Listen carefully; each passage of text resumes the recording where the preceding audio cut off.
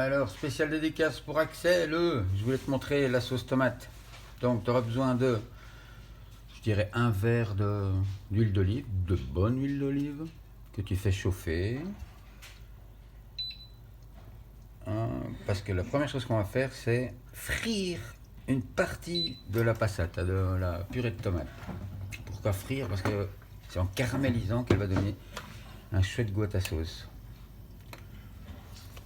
Ensuite, tu vois ici, j'ai une petite poêle et j'ai mis 5-6 gousses d'ail que je fais confire tout doucement dans du beurre. Ça, c'est ce qui va donner l'onctuosité à la sauce. De temps en temps, tu les retournes. Tu vois, c'est sur 2. Je sais pas si tu vois. Non, attends. Voilà. Sur 2. Là, j'ai mis sur 7. De temps en temps, tu les retournes. Il faut les faire tout doucement, les faire confire pour qu'ils prennent une chouette texture de pâte. Hop. C'est une petite. Ensuite, moi j'ai coupé 2 oignons, une échalote. Donc, 2 berlingots de passata. J'ai pris 2 boîtes de tomates pelées. J'ai pris du poivre mignonnette, enfin une cuillère à soupe de poivre que j'ai concassé au mortier. Il y a quelques piments langue d'oiseau, tu prends ce que tu veux, quelques feuilles de laurier, du bon paprika, très important, le bon paprika. Et ça, c'est ce que je te disais, c'est la pâte de basilic que Knorr fait, qui est pas mal. Ou bien tu mets du basilic frais, mais ça tu mets à la fin pour pas... Enfin, les herbes c'est toujours à la fin, pour pas les cramer, pour pas lui enlever tout le goût. Voilà, alors c'est parti, on chauffe. Ah ouais, et un citron aussi. Ça, je mets presque à la fin aussi, le zeste. Je mets un zeste, ça donne un chouette petit goût. C'est surtout pour les raviolis, quoi. Et du vin blanc. Enfin, normalement, on met aussi un peu de vin rouge, mais comme j'en ai pas, c'est pas grave. Le vin rouge, ça donne du corps à la sauce. Normalement, tu mets un verre de vin rouge aussi. Voilà, là, c'est les quantités familiales. Mais tu peux diviser par 2. Hein. Par contre, le poivre, tout ça, divisé par 2, non. Il faut 128 degrés. C'est presque assez pour frire. En fait, il faut attendre qu'elle fume presque l'huile. Il ne faut pas trop l'agresser non plus, hein, parce que c'est de l'huile d'olive. Hein. Et c'est de la bonne huile d'olive.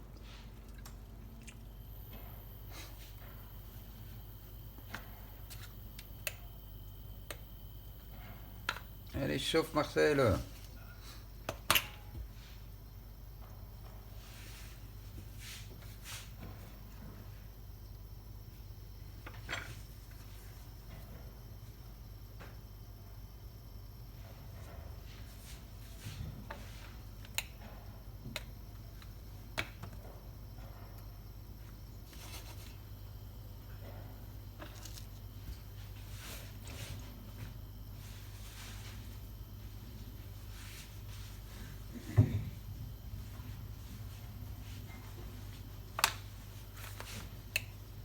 Voilà, 140, 150, c'est bien déjà. De toute façon, c'est simple. Hein. Alors, tu pars du milieu, tu fais le tour, comme ça il y a de l'huile partout. Je dirais les 3/4 du berlingot. Alors, il y a un ustensile très utile, c'est ça, pour que ça n'en foute pas partout. Alors, seconde étape. Le paprika, t'en mets partout, plus ou moins 2 cuillères à café, à soupe. Ça va le toaster aussi et ça va lui donner un terrible goût. Et pour finir, le sucre que tu mets un peu partout. Ça va faire une petite croûte au fond qui va caraméliser la tomate aussi. Il y a l'équivalent de 2 cuillères à soupe.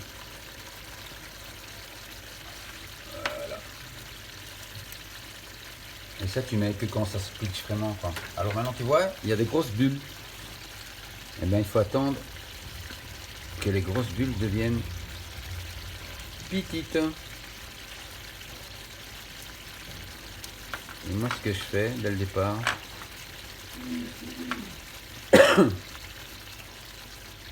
Faut pas y toucher, hein, ça va, il faut attendre que ça accroche au fond. Et tout le secret là, c'est que ça accroche, mais pas trop. Ce que je fais dans l'huile aussi, qui est au bord, je mets les petits piments oiseaux, comme ça va le toaster. Alors ça c'est en fonction du goût, hein, t'en mets plus ou moins. Hein. Ça pique beaucoup. On met ça. Il faut tout le temps que ça puisse évacuer la vapeur. Hein.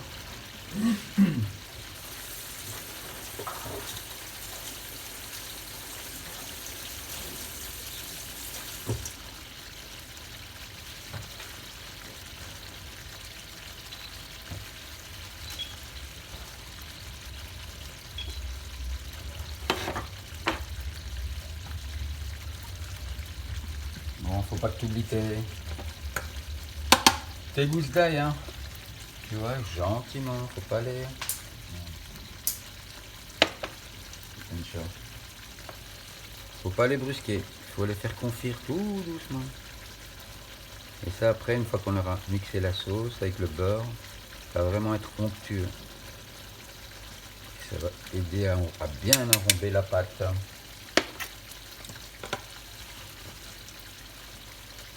Donc, petite vérification, tu vois, il y a encore des bulles, mais elles sont déjà un peu plus petites. Alors le truc, c'est de temps en temps, tu vas voir en dessous si ça colle ou pas, là pas encore. Tu touches pas. Il faut absolument que tu prépares tous tes trucs à l'avance, parce qu'après, ce qui va servir à décrocher tous les sucres, c'est justement le liquide des oignons et de la tomate. Alors tu vois, en été, on prend de la tomate fraîche. De la tomate en boîte, ça va très bien aussi. Hein.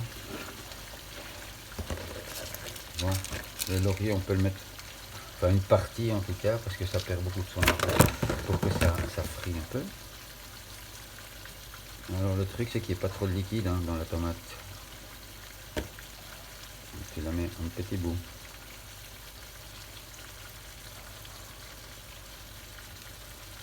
Même si après rien ne se jette, on va récupérer le jus aussi. Hein.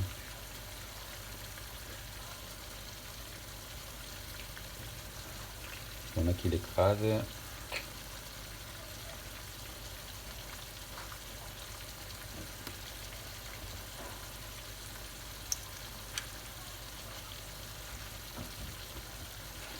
Tu vois la petite bulle qui se forme, ça veut dire qu'il y a de moins en moins d'eau.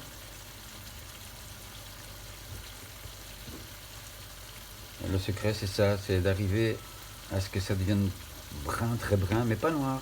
Faut pas que ça crame.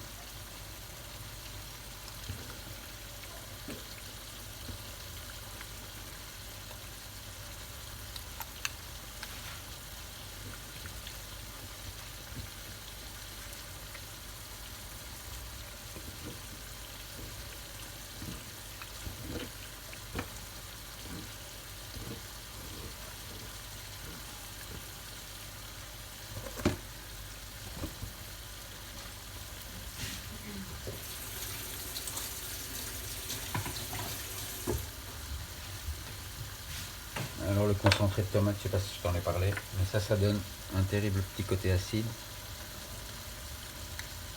Juste une petite cuillère. On ne la met pas trop tôt, sinon comme il est déjà concentré, il va cramer avant les autres. Donc on le met juste un petit peu après.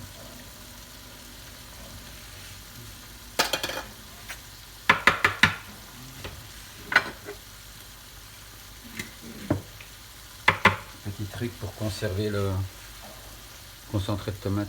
Tu couvres avec un peu d'huile d'olive. L'huile d'olive au frigo, elle fige. L'huile d'olive seulement, ça marche. Hein. Tu la mets au frigo et ça reste nickel.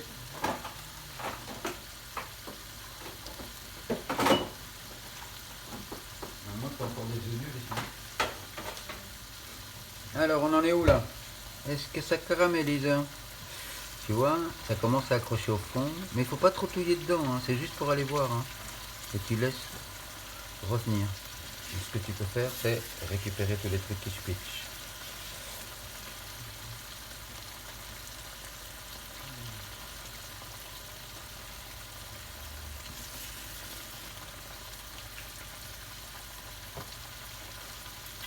Là, qu'est-ce qu'il dit? Ouais, tout doucement, tout doucement. Faut pas le brusquer. Faut pas qu'il devienne noir direct. Tout doucement. D'accord?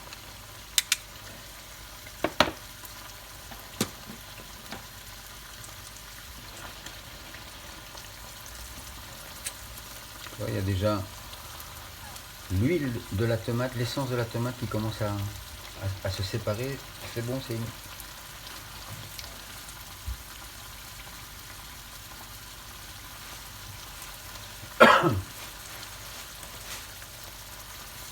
regarde, je sais pas si tu vois, concentré de tomate au centre, il est déjà bien caramélisé alors qu'on l'a mis en dernier, tu vois. Voilà, ça commence à devenir intéressant.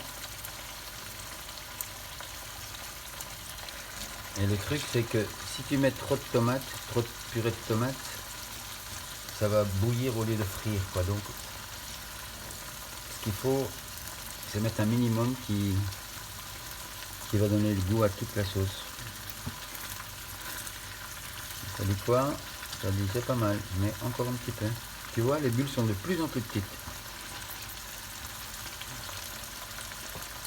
Par contre, la sauce tomate, c'est l'ennemi de ma femme, ça tâche tout. On s'en fout. Alors maintenant, on va réveiller l'essence, l'huile essentielle qu'il y a dans le poivre. Donc on va un petit peu l'agresser à la friture aussi, quoi. Enfin, friture, t'as compris, hein. D'accord.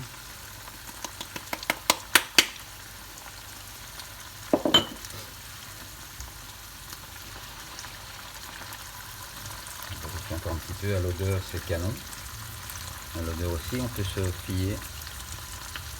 Donc tu vois là, oula, ça devient presque noir. Qu'est-ce qu'on fait? On diminue. Limite on rajoute un peu de tomate.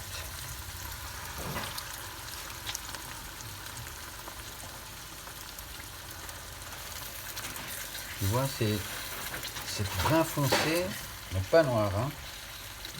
Là on redescend à 5. Et là, on met l'oignon, l'échalote, on couvre et on laisse le liquide qui a l'eau de végétation des oignons faire son travail. D'accord. Et si c'est des tomates fraîches, tu les mets maintenant. Par contre, j'ai remarqué que si on mettait les tomates en boîte maintenant, c'était trop liquide. Parce que là, ça permet aussi aux oignons de frire. Tu vois, normalement, quand on fait une sauce, à la flamande ou à l'espagnol, on met d'abord les oignons. Et ben, les Italiens, il faut autrement. Ils les font tu vois, dans la petite huile qui reste là, et c'est le résultat est le même.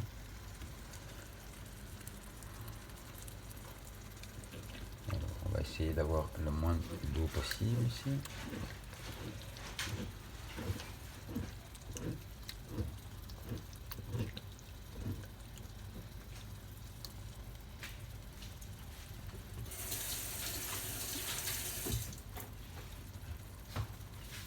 Alors on va aller voir ce qui se passe. Tu vois, avec l'eau des oignons, on détache ce qu'il y a au fond.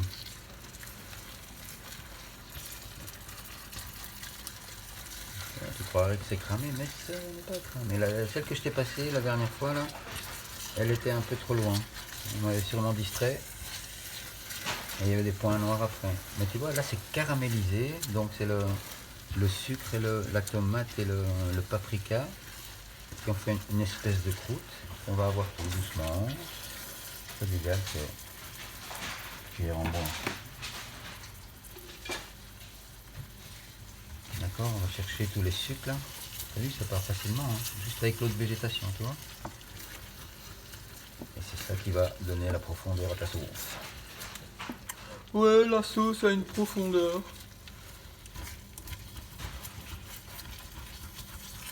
Voilà, ça. Voilà, l'odeur. C'est l'odeur qui dit tout aussi, hein. Et alors tu vois les petits piments qu'on a mis, ils sont passés du rouge au brun foncé. C'est un indicateur aussi, il ne faut pas que les piments soient noirs, sinon ça va donner trop d'amertume.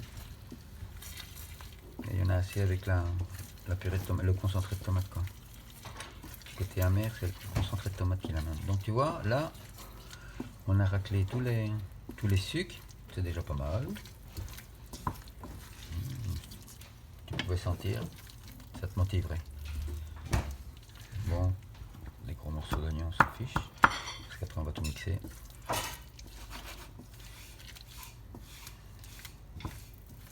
Voilà, tu décolles bien tout. Hop. Tu augmentes de nouveau un petit peu. Et alors, si t'es vraiment patiente, tu peux t'amuser à, tu vois, à rajouter de la tomate, à refaire, réduire, à aller chercher encore plus de caramélisation. Mais là, enfin, c'est parti pour des heures, quoi. Tu vois je sais pas si tu la vois, la caramélisation, des fois elle est en plaque comme ça. Et ben c'est bon signe, mais pas trop. Regarde, si elle se dissout bien, c'est que ça n'a pas été trop loin, d'accord? Voilà. Et tu vois, dès que tu mets un tout petit peu plus fort, ça recommence à l'attacher. Donc en cuisine, pas de couleur, pas de goût. Trop de couleur, plus de goût.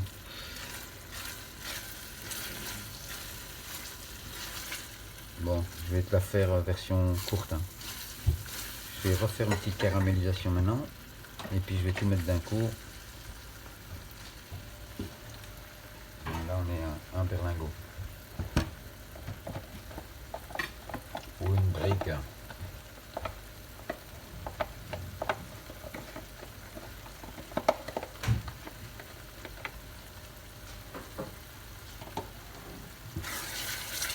Ouais, ça accroche bien.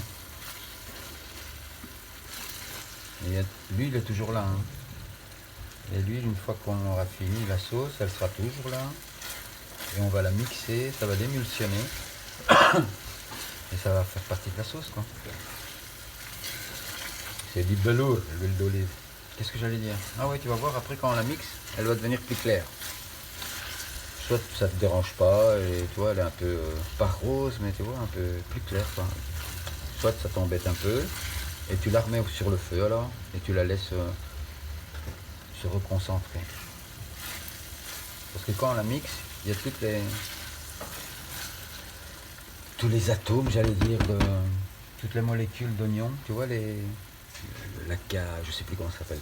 Soit ça lâche le pigment que ça a et ça atténue la couleur. Mais si tu veux que ça parte, tu redonnes un coup de boost et c'est bon. Bon. Et alors là, c'est bon, hein.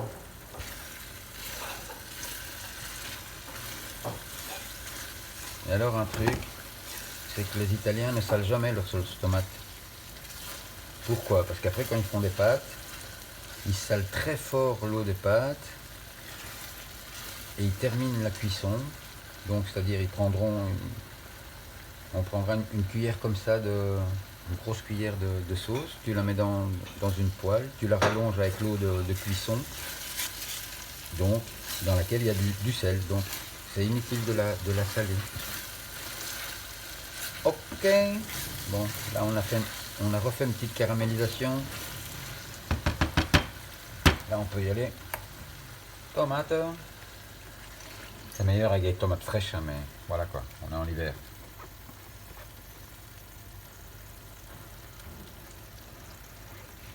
Hop.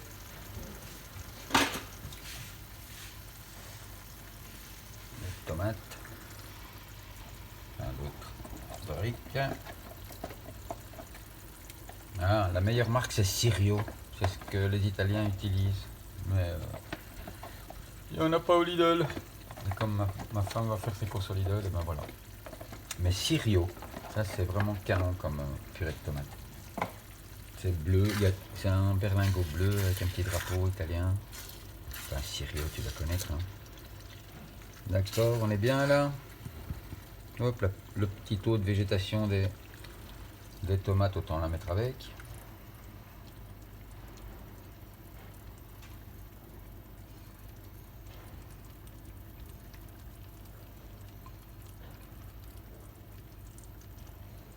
Alors ce que je fais aussi, presque à la fin, c'est mettre de... oh merde, comment elle s'appelle encore? L'origan, mettre de l'origan.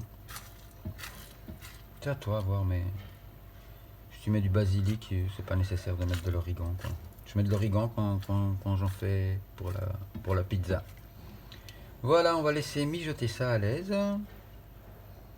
Donc là, on redescend le feu. Je dirais on met sur 4.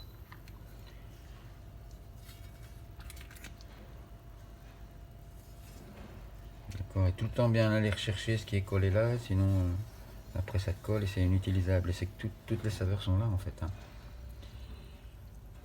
Hop. Voilà.